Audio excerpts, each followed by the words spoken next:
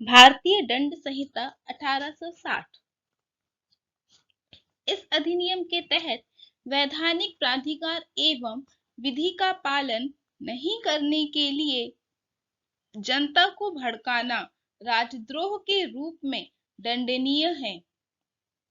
इस अधिनियम के तहत जो कोई शब्दों द्वारा विधि द्वारा स्थापित सरकार के विरुद्ध अप्रीति प्रदीप्त करता है वह राजद्रोह का अपराधी है। इस अधिनियम की धारा 124 के तहत सरकार से तात्पर्य केंद्रीय व राज्य सरकार दोनों से है।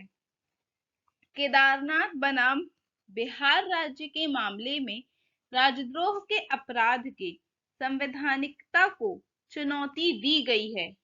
इस अधिनियम की धारा 124 के तहत राजद्रोह के लिए आजीवन कारावास और जुर्माने या 3 वर्ष तक के कारावास और जुर्माने का प्रावधान है। इस अधिनियम की धारा 121 दंडनीय अपराधों को करने के षड्यंत्र का उपबंध करती है। इस अधिनियम की धारा 122 भारत सरकार के विरुद्ध युद्ध करने के आशय से आयुध आदि संग्रह करने का उपबंध करती है। इस अधिनियम की धारा 131 विद्रोह का दुष्प्रेरण या किसी सैनिक, नौसैनिक या वायु सैनिक को कर्तव्य से विचलित करने के लिए दंड का उपबंध करती है। इस अधिनियम की धारा 131 के तहत आजीवन कारावास से या दोनों में से किसी भांति के कारावास से जिसकी अवधि 10 वर्ष की हो सकेगी और जुर्माने का प्रावधान है। इस अधिनियम की धारा 135 में सैनिक, नौसैनिक या वायु सैनिक द्वारा अभित्य जन के दुष्प्रेरण के संबंध में दंड का उपबंध किया गया है। इस अधिनियम की धारा 136 अभित्याजक को संश्रय देने पर 2 वर्ष तक के दंड या जुर्माने या दोनों का उपबंध करती है। अवैध जमाव के लिए कम से कम 5 व्यक्तियों का होना चाहिए। इस अधिनियम की धारा 141 में विधि विरुद्ध जमाव को परिभाषित किया गया है। भारतीय दंड संहिता 1860 विधि विरुद्ध जमाव के लिए निम्न तत्व आवश्यक हैं। 5 या अधिक व्यक्तियों का होना, सामान्य उद्देश्य, विधि या विधिक प्रक्रिया के निष्पादन का प्रतिरोध होना। इस अधिनियम की धारा 142 विधि विरुद्ध जमाव का सदस्य होने का उपबंध करती है। जो कोई तथ्यों से परिचित होते हुए विधि विरुद्ध जमाव में सम्मिलित होगा वह उसका सदस्य माना जाएगा।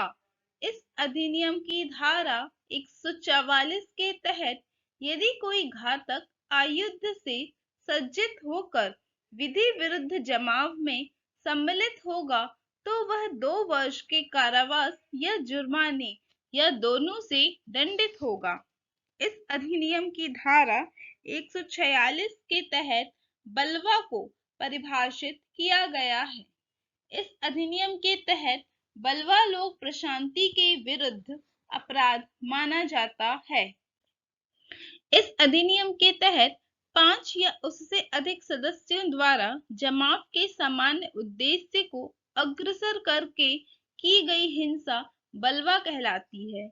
इस अधिनियम के तहत बलवा के लिए वास्तविक बल अथवा हिंसा का प्रयोग किया गया है। इस अधिनियम की धारा 144 के तहत बलवा के लिए 2 वर्ष तक के कारावास का प्रावधान है। इस अधिनियम के तहत बलवा के लिए निम्न तत्व आवश्यक हैं। विधि विरुद्ध जमाव, बलवा करने में अग्रसरी, सदस्यों में से किसी एक द्वारा हिंसा का प्रयोग, सामान्य उद्देश्य के अग्रसर करने में हिंसा या बल का प्रयोग। इस अधिनियम की धारा 148 के तहत घातक आयुध से सज्जित होकर बलवा करने के लिए 3 वर्ष के कारावास या जुर्माने या दोनों का प्रावधान किया गया है। इस अधिनियम की धारा 149 में सामान्य उद्देश्य का वर्णन किया गया है। इस अधिनियम की धारा 149 का संबंध संयुक्त दायित्व से है, जिसका संबंध निम्न बातों से है: आपराधिक कृत्य विधि विरुद्ध जमाव अथवा उसके किसी सदस्य द्वारा किया गया हो।